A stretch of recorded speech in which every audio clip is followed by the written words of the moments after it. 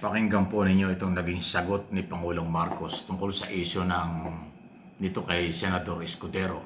Nung una ay hindi ho nagkaroon ng trial dyan sa article of impeachment ni Vice President. Tapos ngayon ay posible nga siya pa ay maging presiding officer dito sa pangalawang impeachment na ngayon po ay magkakaroon ng trial next month. Ito yung sagot ng Pangulo tungkol dyan. Talaga ang kanyang pinaniwalaan at sabihin nating ipinagtanggol niya ang senador ng Bicolano. Ayan, o. Pakinggan natin. Pakinggan nyo. Yeah, but those are opinions. I don't think that reflects in any way on how he will do. As a matter of fact, the rules that were that were adopted by the Senate were the rules that Senator Cheese wrote during the last year's impeachment, when they were handling the last year's impeachment complaint. So, in terms of his ability to be able to run the trial, I don't think that's in doubt. If you remember, the reason that the impeachment trial last year came to a stop was because of the Supreme Court decision. And that had nothing to do with Senator Cheese.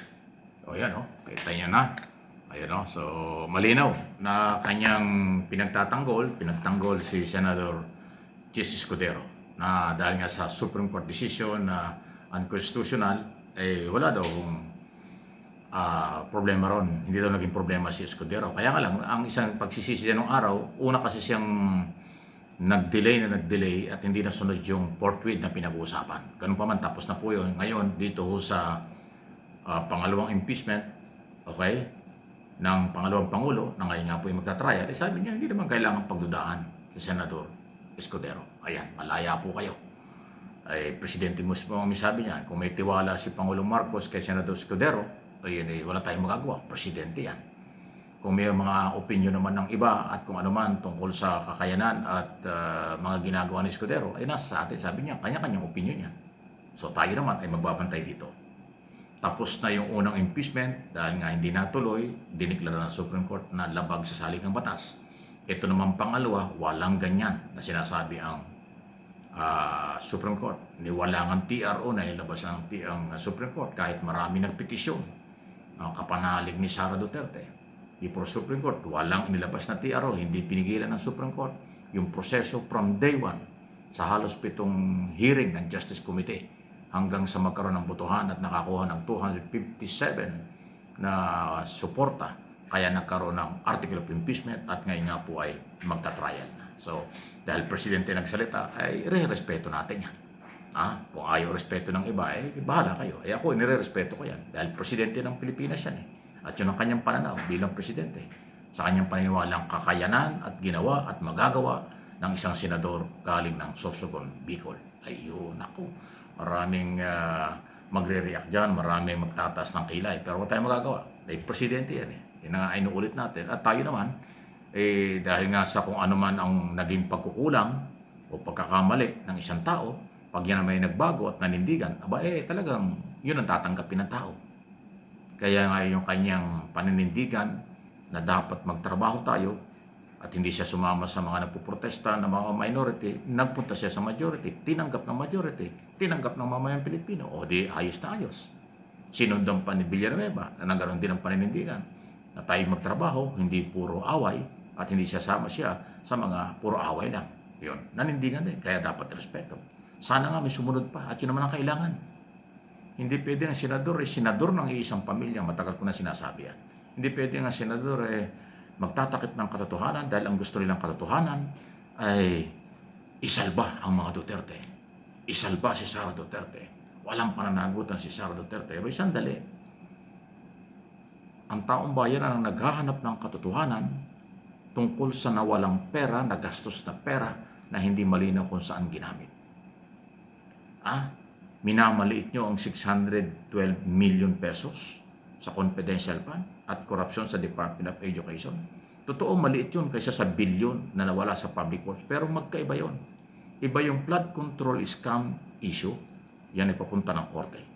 Ang impeachment, dahil sa article of impeachment, betrayal of public trust at corruption, ibang issue yun.